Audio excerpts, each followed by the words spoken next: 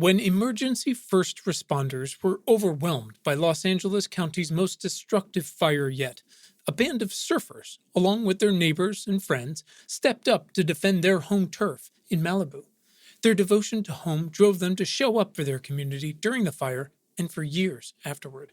And now, a model they call the Community Brigade program could change everything, leading to more lives and more homes saved during the increasing wildfires across not just California, but the world. Join reporter Adriana Cargill from KCRW, NPR's All Things Considered, Crooked Media, and more, as she investigates a wildfire story that is not depressing, but is, in fact, a clear hope for the future. Listen now to Sandcastles, an award-winning podcast about home, how we create it, and why we fight so hard for it.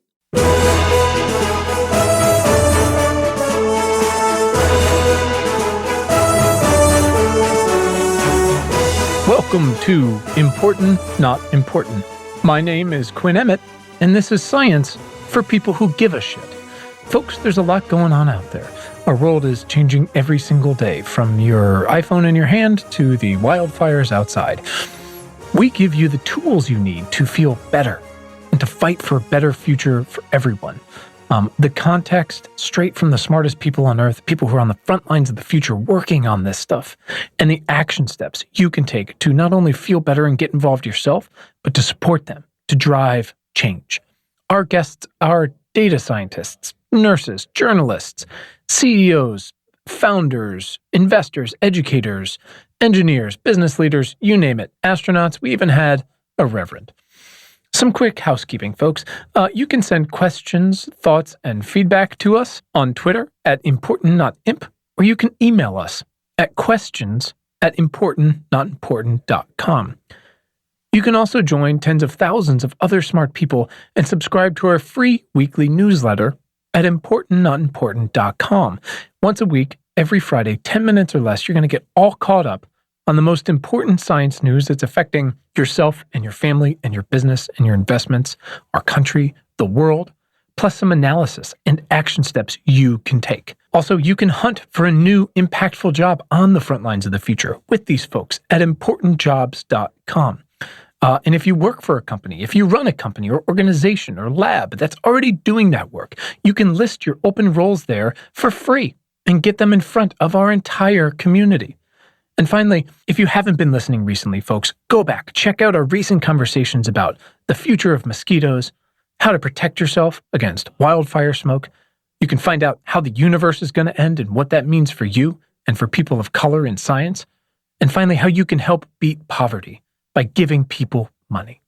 And of course, make sure to just hit that subscribe button on your phone so you're ready when our next conversations drop. We're talking to senators. We're talking to Jose Andres about disaster relief. We've got so much awesome stuff coming. So subscribe now so you're ready to go.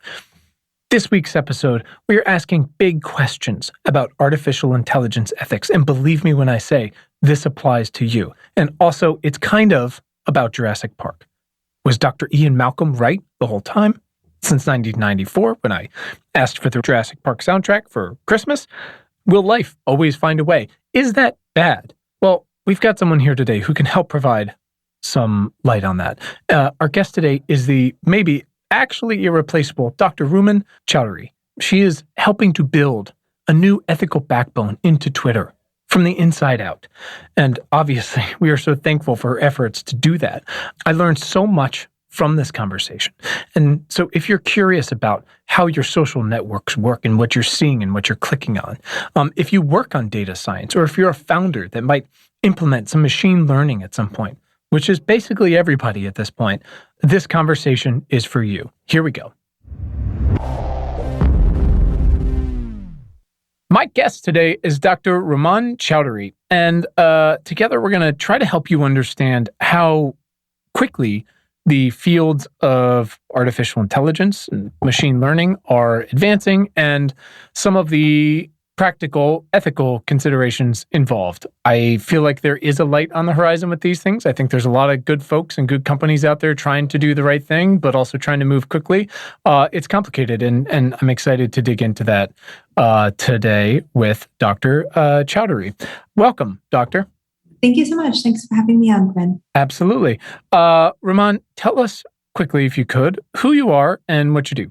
Sure. I am the director of a team at Twitter known as Meta, Machine Learning Ethics, Transparency, and Accountability. So if you go on the social media platform, Twitter, or really almost any other device or platform, you will probably have some sort of algorithm or machine learning output impacting what you're seeing and how you're interacting with things.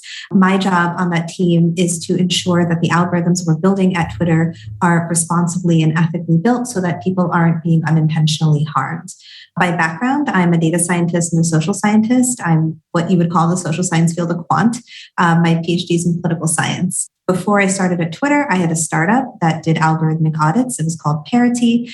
And also I was the first lead at Accenture, which is a big tech consulting firm. I created their practice for responsible AI, and I had really interesting folks I worked with all around the world for about 4 years. That is rad. All right, so you've got some game in this thing. A little, I get just a little. Okay. All right. Well, I'm from all of my research. It seems like the world should be very grateful for you and for what you're trying to do. So I'm excited to help folks understand that today. Right before we get going, Rumman, we like to start with one important question, a little tongue in cheek, a little why are we all here type of thing. Instead of asking what is your entire life story, as fascinating as I'm sure that is, we'd like to ask, Rumman, why are you vital to the survival of the species? Why am I vital to the survival of the species? Can I give you a very nihilist answer? You can give me, most people start with laughing at me and then I get something profound. Sometimes people just cackle and they don't stop. You can do whatever you feel, whatever comes to mind. I actually think that none of us are vital to the survival of the species. I do think, though, that individuals could be extremely harmful to the species. I think it's very, unfortunately, imbalanced. I have a very feminist perspective of what it means to have positive change. And it's that it requires a lot of people in a lot of roles. So I don't think of myself as someone vital, but I do think that there are plenty of people, and I could be one of them, that are helpful or trying to be helpful. I'll take that. We'll take it. If that's what, gets you out of bed every day, then great. We'll roll with it. Like you said, it's a little hard out there some days. So we'll roll with that. Here is why, I guess to reiterate for myself and for you and for everybody out there, why I wanted to have this conversation, kind of where I hope we'll go with it. I feel like at least everybody who listens to this show, but across the wide spectrum, everyone's increasingly aware that some version of, as we're calling it, artificial intelligence comes, at least in this case, at least on the consumer level, in a lot of forms of machine learning, right? These neural networks. You've got these massive data sets, whether it's pictures or words, and algorithms for everything from your Instagram images, your Twitter abuse, hospital records, autonomous driving, dating matches, mortgages, right? All these things, booking flights. These systems are everywhere, and they're efficient, and they're relatively cost-effective, and they are useful internally and often externally. But it's also pretty easy to see this with most tech advances, and particularly this one, thanks to some incredible chips and data processing, misuse and disuse do happen. And in some ways, in some fields, they are more prominent than other. Quite a lot of the social sciences, you said your major is political science. I'm like a pagan atheist, but I was a religious studies major, not the most lucrative majors anyone's ever had, but at the same time, integral to being paired with the quote unquote hard sciences. And they have often been, at least as far as I can tell, pretty left out a lot of this development, history and anthropology and collaboration of any sort. But we are all interacting with these systems on the daily, whether it's on our phone or whatever it might be. So I wanted to explore some real-world, practical philosophies and mechanisms and guidelines in AI and machine learning and try to better understand for myself and everyone else how they are being in some ways or could be developed and implemented in a more inclusive way with hopefully the cooperation of not just folks internally, but users or patients or whoever it might be. And I couldn't think of anyone better to talk to than yourself. Dr. chowdery. By all accounts, Facebook and YouTube and TikTok and Snapchat and like a horde of massive international social networks are in desperate need of folks like yourself. And I'm sure they do have some wonderful folks, but why did you choose Twitter? Well, first of all, I like to call myself a Twitter power user. Okay. Of all the social media platforms, it is actually the one I use the most. But in seriousness, it is personally the one I have gotten the most value out of. I think a lot of people will say this. Twitter, for some reason, as a medium, is a place where a lot of us find our community. And for me, working in the field of responsible AI, it is actually how I've gotten to know so many people who work all around the world in my field. It's where we share papers, it's where we share our findings, it's where we share our thoughts. And, there are so many people, and I think a lot of people can attest to this, that we have met on Twitter that we consider to be actual friends. So that when, if we are ever in a situation where we meet physically, I have literally hugged people. I have never, pre-COVID, I have hugged people pre-COVID. I was like, wait, no, don't do that. Anyone. But yeah, I've literally, it's like we're old friends catching up, even though in retrospect, I'm like, wait, I've never actually physically met this person before. The other thing is social media platforms like Twitter, like Facebook, et cetera, they have a huge impact on society. And it is worth talking about and understanding and wrapping our heads around. Now, everyone in the world is not on social media. Everyone in the world's not on Twitter. But many people in the world are impacted by it, even if they are not a participant of the platform. We can think through political situations, social situations. What is the media that gets highlighted? Even things like people getting deplatformed or removed from the platform. It's incredibly impactful. It has ramifications like, the political scientist in me, is thinking of all the papers one can write about the socio-political impacts of actions on social media platforms. And people do write these papers. The other thing I liked about Twitter is, it is actually a pretty small company. It is 6,000 people. So it is Is that it? It is, yeah.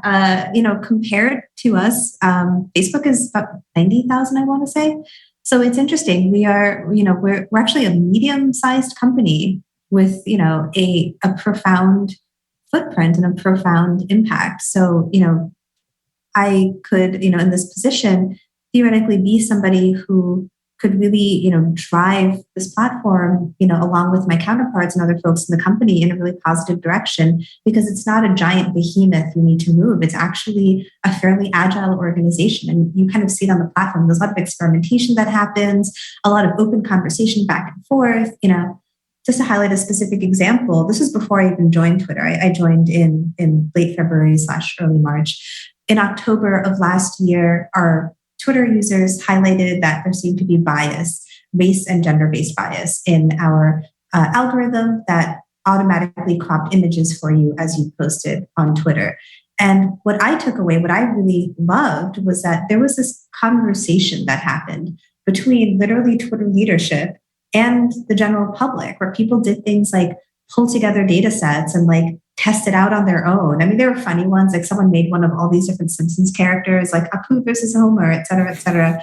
But, it was all done in the spirit of collaboration. And I don't know if I've seen another company interact so honestly. It was just, it was not, these were not tweets and conversations that were fabricated, or written for them by other people. And now that I've gotten to know some of these people, I 100% know that these tweets were not written for them, and, nobody vetted them via, some group. It was unfiltered and honest conversation. I love that. That makes so much sense. It's nice to see that you are excited about that agility. It does seem like, for those of us who've been spending an inordinate amount of time on Twitter for a long time, that at least the past year and a half or so, even just on, a basic, what would seem like a basic product side, to even a power user, there has been some progress and an increasing rate of development and transparency and, if not exactly literally open source with some things, then real conversations about how it should be used and how we can be better. And I think you'd find a lot of people who'd think that the picture cropping is just a setting and not understanding that it's intelligent, and that means with anything that we have programmed, which I feel like is the entire theme of this thing, it's going to either purposefully or inherently or even accidentally bring some of our human biases into them. And a lot of that comes down to who is involved with designing it and implementing it and all that stuff. And so it's nice to see this little microcosm of something and realize like, wait, this isn't quite working correctly, and it's actually working systematically in a way that's damaging to some folks. And if, like you said, the folks internally are writing their own tweets and interacting in an honest and progressive way, then that's awesome, because Twitter does have a very outsized impact. We know that for sure. Absolutely. Yeah, no, it's an ethos that I've seen throughout the company. There's been this openness to think through the issues of machine learning ethics. One thing I love about this field in general, we're very young and we're very new. I started my role at Accenture in 2017. I was one of the first people in the world to have a job like that. I mean, there have been researchers for quite some time, but really in an applied sense. I mean, fundamentally, at my core, I'm a builder, I'm a tinkerer, I'm a data scientist. I really love making things and I like solving problems. That's frankly why 99% of people become data scientists, because you like solving problems and you solve it using code. What I love about the work I do inside a company is I get to go do that. I get to go fix something and I get to go make something good. But you need leadership buy-in. You need people to be excited about it. And, in the few short months I've been here, I've been allowed to be very audacious. And, I can talk through some of the stuff we're doing, but, it's made me really happy to see that kind of buy-in. And if anything, people are like, tell us what we can do. Like, give me your wildest idea and we're going to go give it a shot. Why not? I do think it boils down to, some of Jack Dorsey's thoughts on transparency and decentralization, which he's talked about quite a bit. He's talked a bit about this concept of algorithmic choice, which my team is actually tinkering with. We're like, what does it mean to give people meaningful choice over the algorithms that are in the system? And you're right, most people don't even know how much of their experience is being curated for them.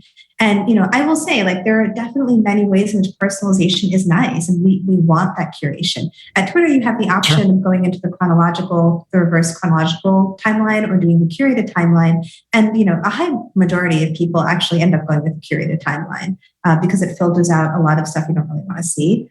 But also, it is worth being knowledgeable and understanding how algorithms can be impactful in, for example, creating filter bubbles or, highlighting certain information and not highlighting others. And it's really important for people to be knowledgeable. But yeah, what I love is that from the top down, this company is really supportive. That's awesome. Again, as someone who I think like you has found just this incredibly significant as a cohort, but also a bunch of different groups and individuals, the ability to interact with folks that you wouldn't otherwise have in any other scenario, really. Since I started this thing, and we don't just cover data privacy or artificial intelligence or neural networks or climate change or COVID. I for every one of these conversations, I try to get basically like a 301 in this thing and just hustling in audiobooks and highlighting as fast as I can.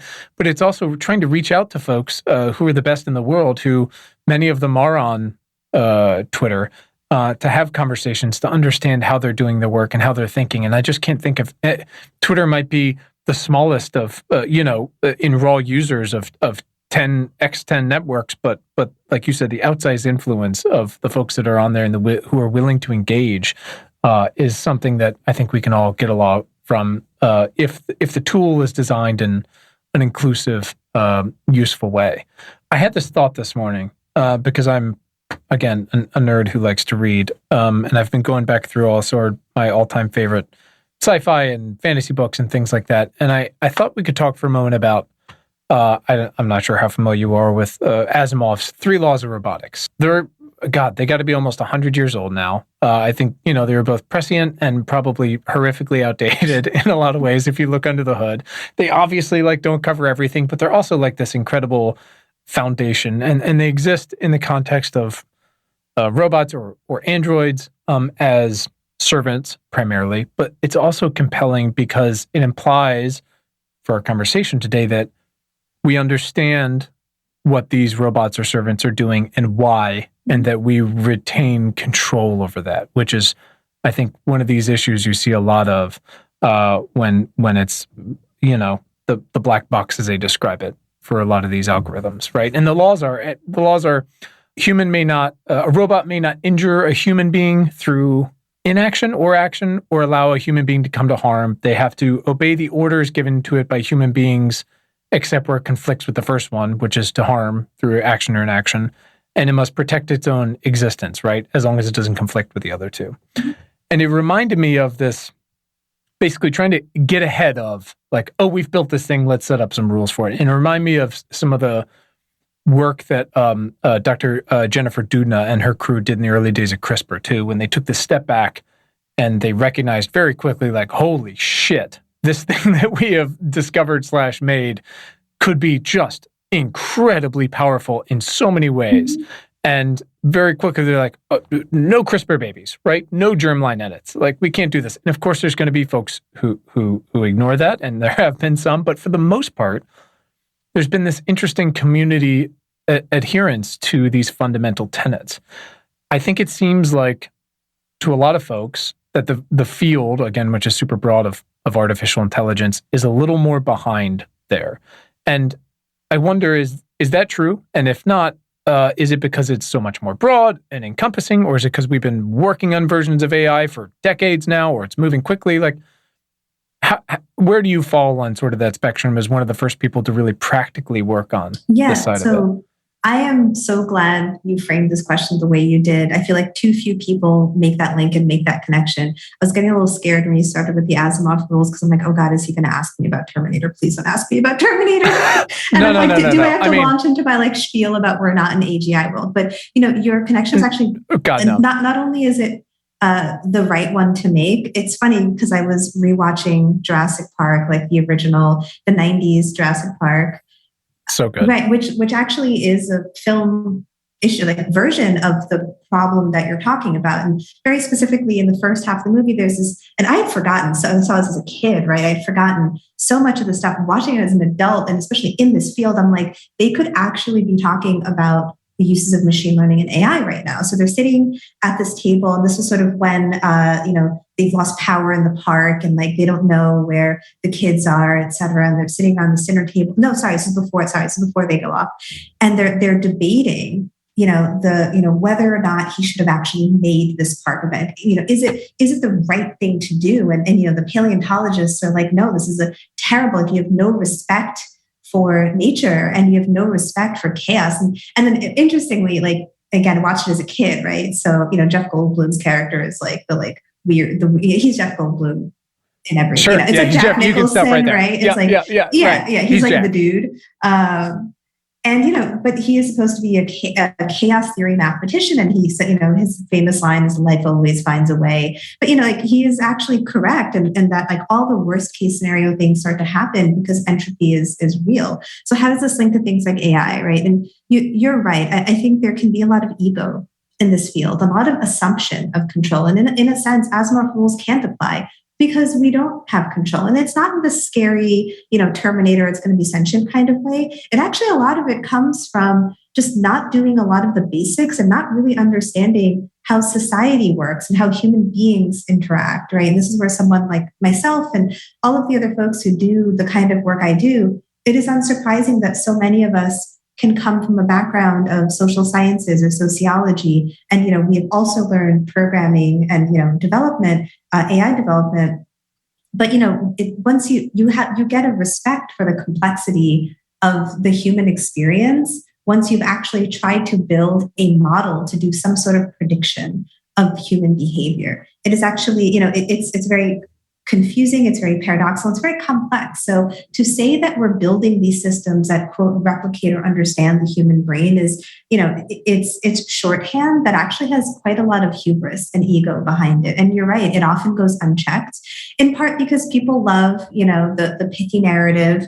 It's going to get you all the quote tweets. It's going to get you, it's going to get you on all the shows and whatever. And it's harder to say like, well, we should be more thoughtful about the kind of data, and we don't want to bake in our, the endemic social harms that exist in society. There is no way an AI system can be built by a human that is not reflective of these harms unless you have very thoughtfully, looked at your data and looked at your model and your model assumptions.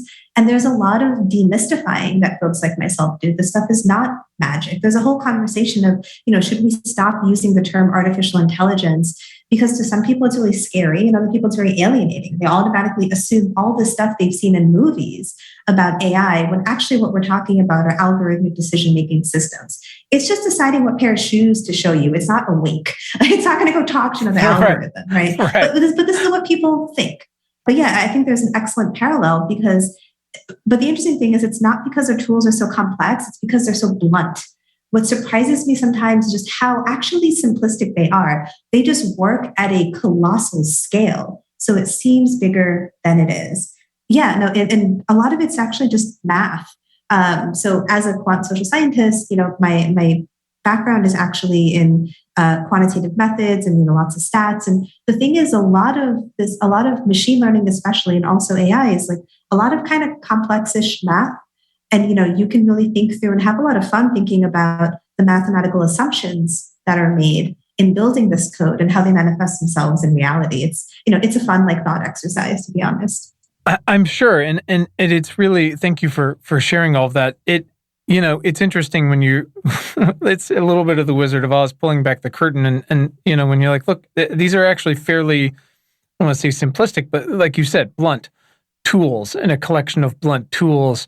But the design and the implementation and who is doing that, I'm a nerd. I love all of this stuff. I love all of the progress. I'm happy to, I don't want to say celebrate all of the technological progress we've made, but I'm excited about it while also cognizant of and wary of the fact that there's so much real world shit that we are either forget we haven't fixed, but we can't even have a conversation in this country to acknowledge. I mean, again, we're not even close to reparations for what we did in slavery and Reconstruction or with the indigenous population. We can barely talk about that we redline cities and now climate change is here, and you see reports that are just like, oh, these cities in those areas, it's 8 degrees hotter already. So if we can't even begin to deal with this stuff, but we're designing systems that are taking those biases and they're fairly blunt, yeah, sure, it could just be showing you shoes, right? Relatively harmless. Absolutely. Well, and also, that was maybe a facetious example, but we do have AI systems or ML systems that literally replicate redlining. So my colleague, Dr. Chris Gilliard, he coined this term digital redlining. And what happens is, and we've actually seen this happen. So the very direct example would be in the city of Chicago. I think it was an insurance company. I actually don't remember what company it was, made a lending algorithm to determine riskiness. And all companies do this, by the way, in this field now. They create some sort of a riskiness algorithm to determine based on you would be surprised the data that is pulled into this. It's actually way more than the obvious data.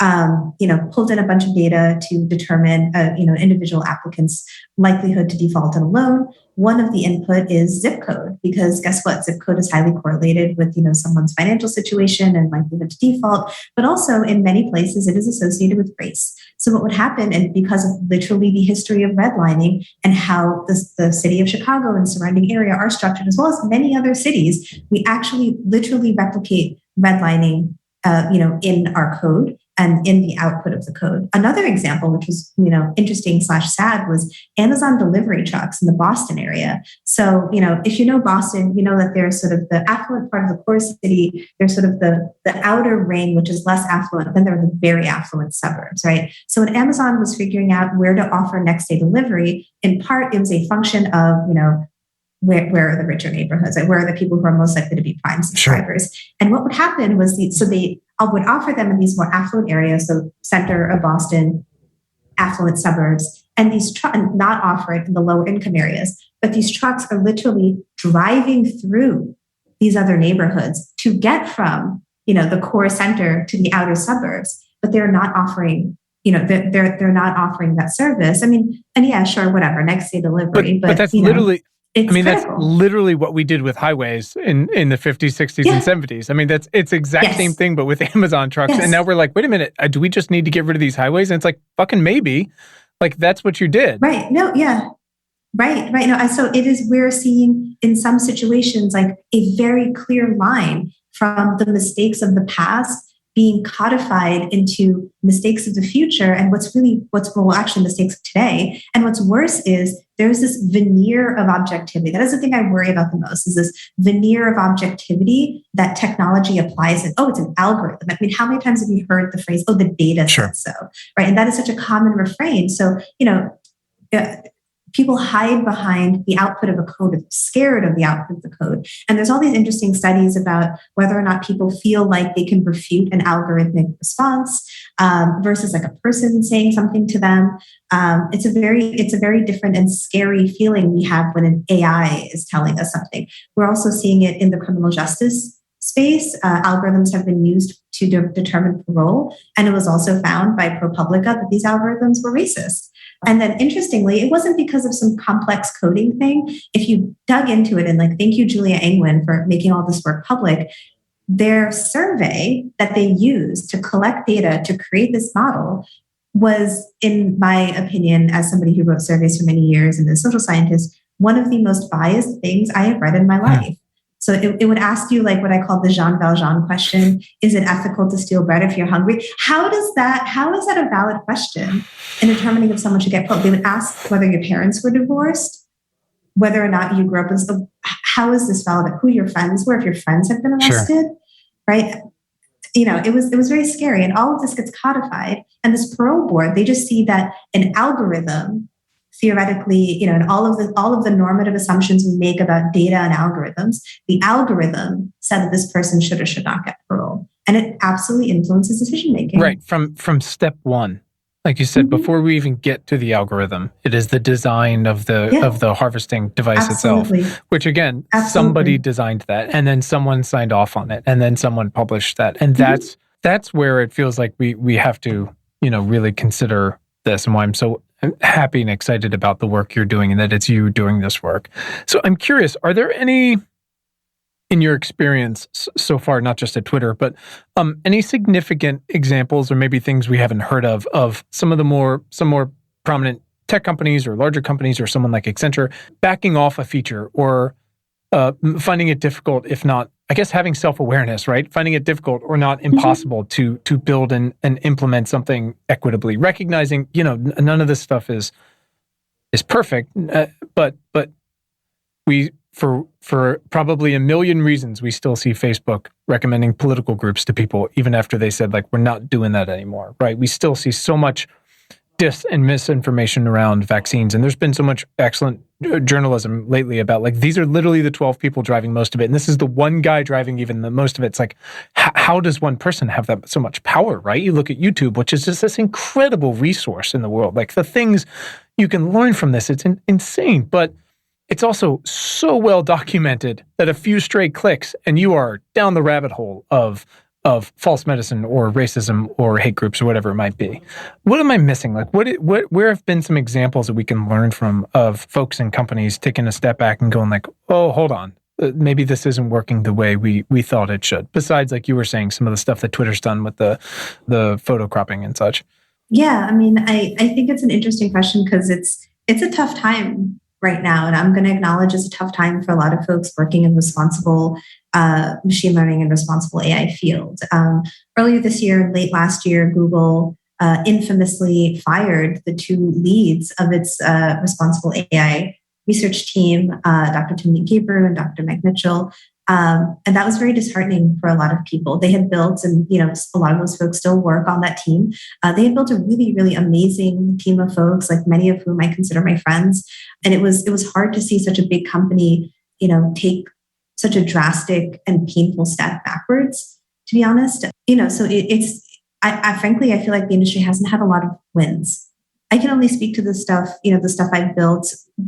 What I will say, because a lot of this is sort of client of course, no, work that I did before. Yeah, no, it's totally fine. But what I'll say is, I think sometimes there is a lot of attention paid to the big tech companies, and there should be, right? Like the Microsofts and Amazons and Facebooks and Googles and Twitters of the world.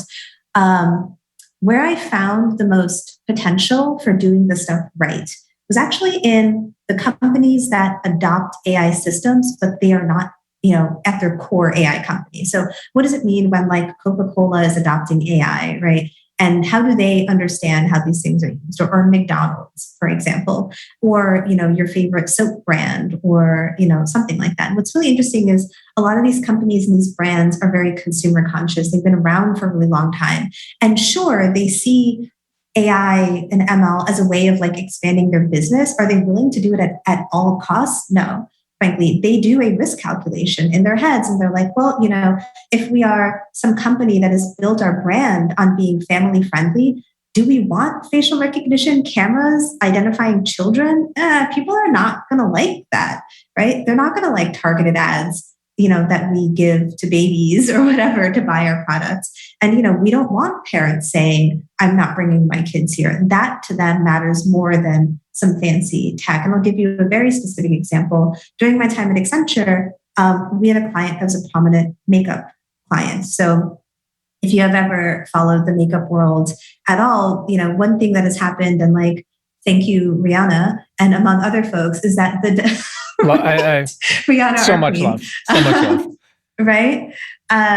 One thing that has happened is the diversity of shades and colors that now exist are impressive, and these were colors that did not exist for people even a few years back. So this company was looking at a image detection or a facial skin detection algorithm that would match you with your foundation shade. And I pointed them to Joy Buolamwini's work at MIT called Gender Shades. And she actually worked with Dr. Timnit Gebru, who was later the lead of the team at Google, where they uncovered that these algorithms did not correctly identify faces of color. I'm like, do you really want a darker skinned Black a customer going in front of your system saying, oh, I want to match my foundation shade, and it says no face detected? You don't want that. And these are considerations that these companies are willing to make. They would rather not adopt a technology than adopt a faulty technology or biased technology. Sure. And honestly, that's where I see there being a lot of potential to do good. Mm-hmm. And one way to push that good forward and to sort of nudge the needle on tech companies, one of the ways is for companies that are adopting these technologies to be more critical and ask better questions. And that was one of the things I used to help companies do. I mean, it feels like that's what so much comes down to, right? Just asking better questions. I mean, start with asking questions, but try to learn how to ask better ones. Because if it even makes you pause, then that's something, right? Because that feels like something that we're lacking. On the other hand, one of America's like most enduring, established credos and arguments is that the market can fix everything, right? And I love the market, and I love competition when we have it. But I mean, quite literally, the way our companies in America are codified, are formalized, is to provide value to shareholders, to stockholders. That is in the way like you are developed as a corp, which just immediately off the bat, before you can do anything, provides an immediate base layer of incentives that are often at odds with what's best for society or even that company's customers sometimes, right? Again, you talked about Coca-Cola or McDonald's, and if artificial intelligence didn't exist, they still have to ask these questions about, right? But we need to advertise to kids if we're going to drive sales of soda, and because that's what provides value to the stockholders, right? I'm curious what you feel like, what role does do incentives play in this rush to design and then implement machine learning and artificial intelligence across so many different systems and fields? Like, what are those primary ones that you run into most often? Yes. And, it's like you're reading my mind. So you're welcome. About a year ago, you're like, yes, did you also not know I'm a telepath? So a little over a year ago, some colleagues and I did some research and wrote a paper on responsible AI in practice. And, our intent, we've interviewed about 25 people who have my kind of role specifically in corporations. So we were looking at people who were had a role to either deliver or create responsible AI practice. And we asked them, what would it take for this to be successful at your organization? So what are you seeing today? Where do you see it heading? And what is the ideal state for you? What are your big blockers? There's a few things we uncovered. So first of all, the background literature we relied on and the research that we're starting from is actually the research on theories of organizational change management. So really for companies to adopt responsible AI, the kind of work that we need to think about is, how have we driven change, organization-wide change before? And this could be something as simple, and it's actually not silly, as companies moving to more casual dress codes from having to wear suits. Like I specifically remember when my dad,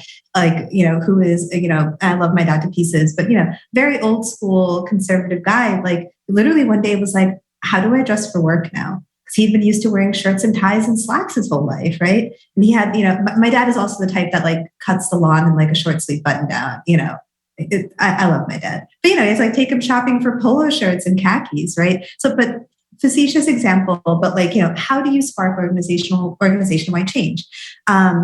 So, we highlighted 4 or 5 things that would be really critical to making responsible AI successful. And one of those things actually was incentives. And this is the biggest thing. So incentives for people and incentives for our AI models that we're building. So we could do a whole other very mathy, nerdy podcast about how we measure success for our algorithms. And I could rant all day about how machine learning people are obsessed with something called accuracy. And it is a statistical value known as R squared. And it is one of many ways one measures what we call robustness or the correctness essentially of a model, but it just got the best name. So like accuracy becomes a thing, right? But it plays this game of telephone where if I'm talking to a policy person or a CEO of a company or someone who's not, a stats person or a machine learning person, I go, oh, the model accuracy is 99%.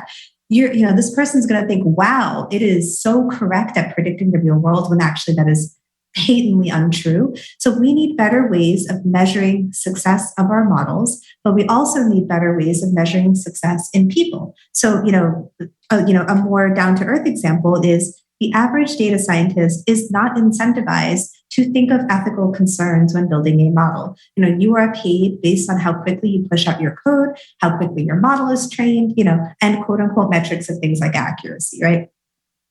So, being the person who would raise your hand and say, I spent a half day deep diving into this code and I realized we have massive gaps in like this X population, and that's going to lead to some output biases. For a lot of people, the answer to that is nobody asked you to do that, right? And it's not incentivized. And, I'll make a parallel here to diversity, equity, and inclusion initiatives, where the place where we see the needle being moved is when managers are incentivized in their performance reviews. They are assessed on the diversity of their teams. That is one of the biggest drivers to actually sparking diversity, not just inclusive programs and having interns and, having all the nice, a lot of nice programming, but the thing that moves the needle is making it quantifiable and making your job in part count on having a diverse team. The same applies to responsible ML. How do we incentivize people in a company to do the right thing? How do we make it easy for them to adopt? And that's my job. I make the tools and I make the things that make it easier for ML modelers to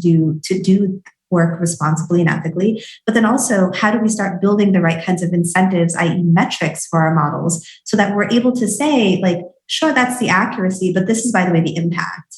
And this is how it's impacting this community, like it's actual measurable harm, rather than kind of me having a specter floating over it, right?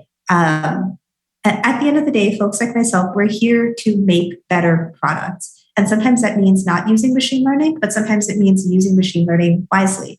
And that's really all we're here to do. It's a small order. So just I'll have it on my Friday. It's a gig, right? It's not something like examination of the human race. No, it's just a side project. That's awesome. I appreciate you sharing so much perspective on that. I've got 3 tiny, very curious children. There's 2 things. One, there's this amazing GIF. I'm a moron out there of it's Yoda in Empire Strikes Back right before he disappears, and it just says Luke asked so many questions that Yoda finally just gave up and died. And that's what it feels like having an 8-year-old, a 7-year-old, and a 6-year-old. And I couldn't love more how much. I mean, I'll ask my 6-year-old, "What are you thinking about the Big Bang?" I mean, okay, but it's like endless questions. But it keeps me in this element of the 5 degrees of why, or whatever you want to call it, of like, but why? And sometimes the answer, that first principle or the practical implementation of getting to the bottom of that system or a problem can be as simple as, like you were saying, and apologize if I misconstrue this, but building an incentive into measurement of a manager's review of literally how inclusive and diverse is your team. Forget the programs, forget all that other stuff. It's literally it's a quantifiable, like very basic measurement and metric. And I think to some people I can see how that would seem elementary, but it's not. And if we don't fix that root elementary problem, then all that other shit just like isn't going to do anything, you know? Yeah, absolutely. I mean, and I do think here's where, like, yes, the problem is daunting, and there are some really, really big issues to work through, right? Like, quite literally, the systemic biases embedded in the systems that are being constructed. But at the same time, that is not always a helpful narrative, because as we were talking about with climate change, sometimes the big, scary narrative that everything is on fire and we're all going to die, it just makes people give up. Yeah. And they don't want to try. And I do genuinely think that we're at a time where there is, as you said in the beginning of the podcast, there is hope. Like, we can build better systems. There's so much positive potential. Sometimes the folks who work in my field were painted as naysayers, and I find that kind of ridiculous. I think we are the biggest optimists, because we don't just see these systems as being able to recreate status quo or make status quo incrementally easier. We actually see it as fundamentally changing things positively. So when folks like myself get frustrated, it's because we're thinking this could be so much better. Not that it shouldn't exist. I mean, sometimes, yes, it shouldn't exist. There are definitely things that shouldn't exist. But at the same time, education is such a great example. I used to be so excited about ed tech, and ed tech is actually what got me into responsible AI, because I'm like, oh, there's all these really cool things you can do with education and like remote education and learning how children, like adjusting education to a child's specific needs. And instead, what ed tech has become is this horrific, panoptic, punitive system that like reinforces terrible power structures. And like, as somebody who spent many years as a teacher, would literally suck all the joy out of teaching. Yeah. From me. And I have, plenty of the folks in this field are academics. A lot of my friends have said they've gotten so burnt out because of these punitive, panoptic, blunt, broken systems that are being built instead of the educational tools that would actually facilitate, good communication in an era of COVID. Sure. I mean, we have had a pretty incredible opportunity over the past 18 months to look at, and of course, many of these things had to be rushed to market and suddenly scaled up so that every American child who has internet, which is not every American child, could use them. So understandably, like, not going to be perfect systems. But again, we've had this opportunity to look at it and go like, wait a minute. How are we thinking about this? Who is included? Who are we having conversations with about this? Who is going to use it? It's frustrating. And again, so much of it comes down to who is designing it and implementing it, who is not there to ask questions, but also literally the way companies are designed to function, as an entity. Let's say I'm an up-and-coming data scientist or an engineer or a founder who will probably implement some machine learning or some version of AI, if we want to call it that, across my products internally or customer-facing or consumers or B2B or SAS. What do you feel like at this point in your career are some fundamental transferable, so it's, these aren't specific things for each thing, but transferable best practices, again, like Asimov's 3 laws type of things, that you feel are helpful and valuable to start with that people can apply? Yeah, I guess I'll start with sort of the data scientist looking for a job. So everything, of course, is a function of privilege. If you have the privilege of, interviewing in a bunch of different places and being able to, weigh your options, et cetera. So I'm going to start off by saying that, I very much don't think the burden of making this change is on the people who are getting their first job. Getting a job in tech is very hard, and you should get your foot in the door. Right. And the goal is, hopefully to put yourself in a position where you can, be a change maker. That being said, there are things that I would suggest people do if they have the opportunity to really vet companies and, have the luxury of weighing multiple options. So, I would specifically ask about, how do they do work in algorithmic ethics and, how do they build their systems responsibly? What is their take on having diverse teams? And even specifically when you have a technical interview, I would actually ask the person interviewing you, what are some technical ways in which you audit or assess your models? Do you have this kind of functionality at your company today, or are you planning on having one? And, to be honest, most of the time the answer is going to be something like, we don't know, and like, we're trying, which is actually what should be the answer. What I would worry is if you have an overly confident person who's saying, oh yeah, we got this sorted out. Like, don't worry. Like, oh yeah, absolutely. I would worry then. And I would also worry if they just laugh at you and they're like, oh, like that's not a problem for us. So those two answers I would worry about. A good answer would be something in the middle that's along the lines of, that would be the answer I would give, is we are trying our best. And here are the things we are doing to try, but we know that we haven't figured it all out yet. Because this is not a field where anybody has figured everything out. So that would be one.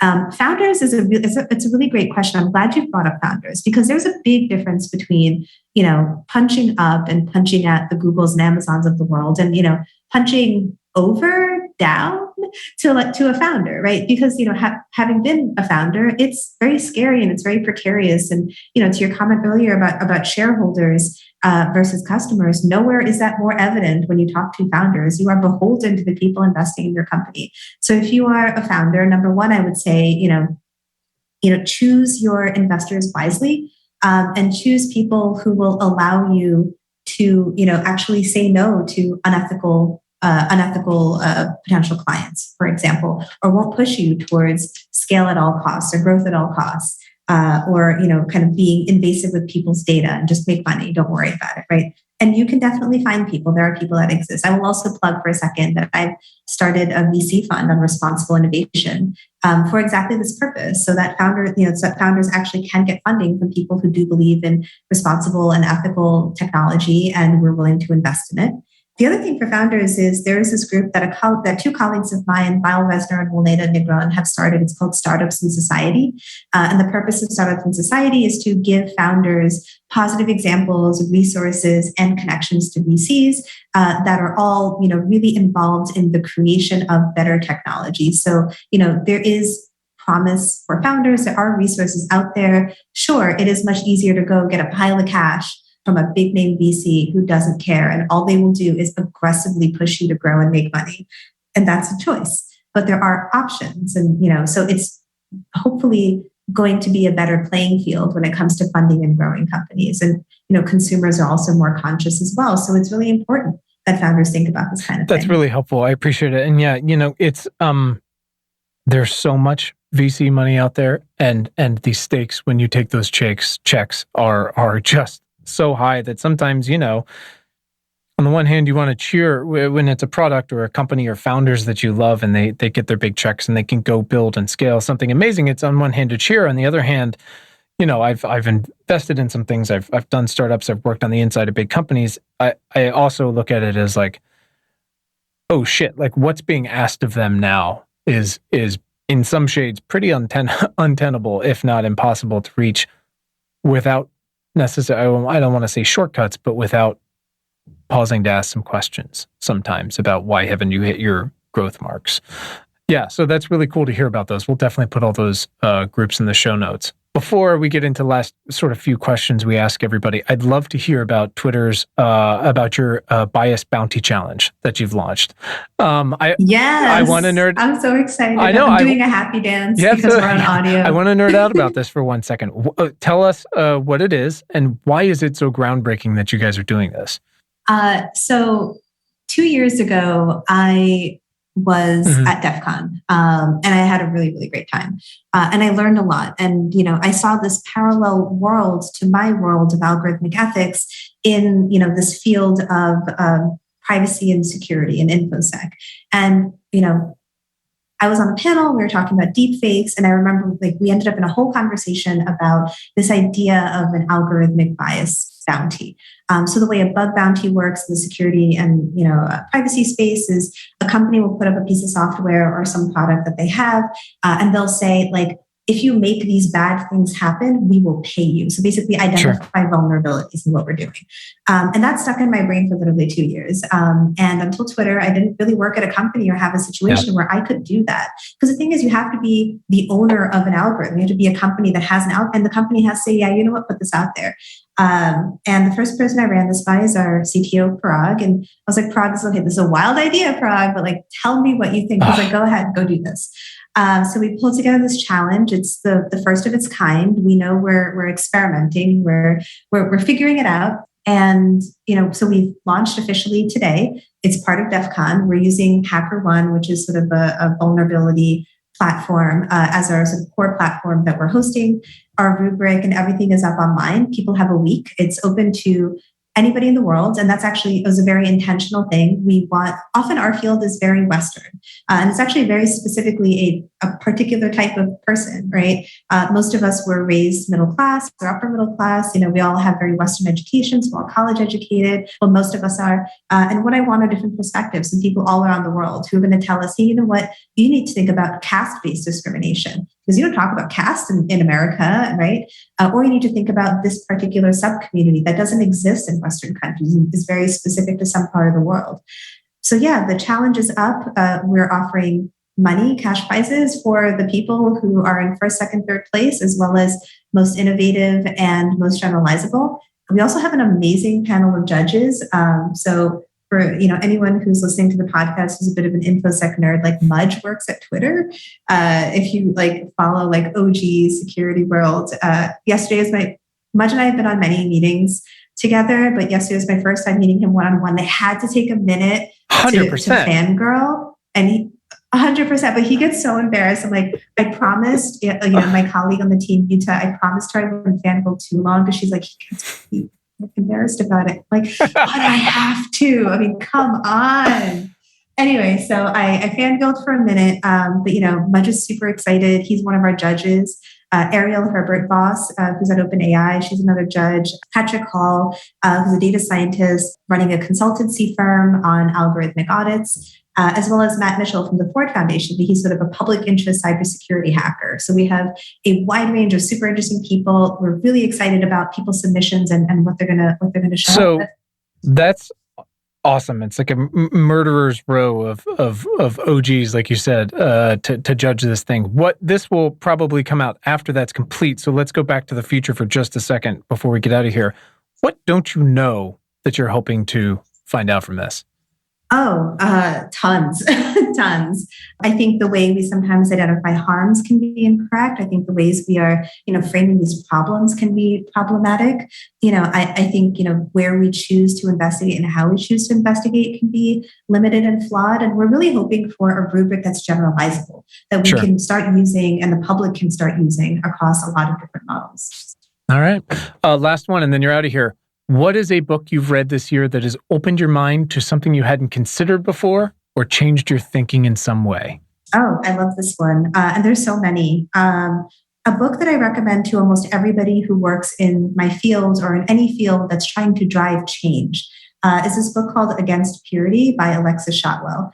And it's, it is a notion that a lot of us struggle with, this idea that there's this pure ideal form of something. Climate change is a good example. Are you really a climate change activist unless you're living in a shack in the woods, drinking rainwater? And, and what she talks about is how it is a colonialized and derivative mindset. So it's really helpful to really frame, how do we do this kind of work effectively? I love that. The climate's legion of gatekeepers is just a bit of an issue that we're trying to wrestle with. So I love that perspective. Rumman, I know you got to run. Thank you so much for your time and your perspective and all the work you're doing there. I know you're just getting started, at least at Twitter. So I can't wait. I was clicking on something to make sure I put you in the show notes, and I saw that you're not verified, and it's the funniest thing I've ever seen. Thank you so much. I really appreciate it. Please give Jack my love, and we're going to turn this baby off, and I'll send you a little follow-up, but thank you again. We really appreciate what you're doing out there. Twitter's important, and we're lucky to have you. Thanks, Quinn. Thanks to our incredible guest today, and thanks to all of you for tuning in. We hope this episode has made your commute or awesome workout or dishwashing or fucking dog walking late at night that much more pleasant. As a reminder, please subscribe to our free email newsletter at importantnotimportant.com. It is all the news most vital to our survival as a species. And you can follow us all over the internet. You can find us on Twitter at importantnotimp. Just so weird. Also on Facebook and Instagram at Important Not Important. Pinterest and Tumblr, the same thing. So check us out, follow us, share us, like us. You know the deal. And please subscribe to our show wherever you listen to things like this. And if you're really fucking awesome, rate us on Apple Podcasts. Keep the lights on. Thanks. Please. And you can find the show notes from today right in your little podcast player and at our website, importantnotimportant.com. Thanks to the very awesome Tim Blaine for our jammin' music, to all of you for listening, and finally, most importantly, to our moms for making us. Have a great day. Thanks, guys.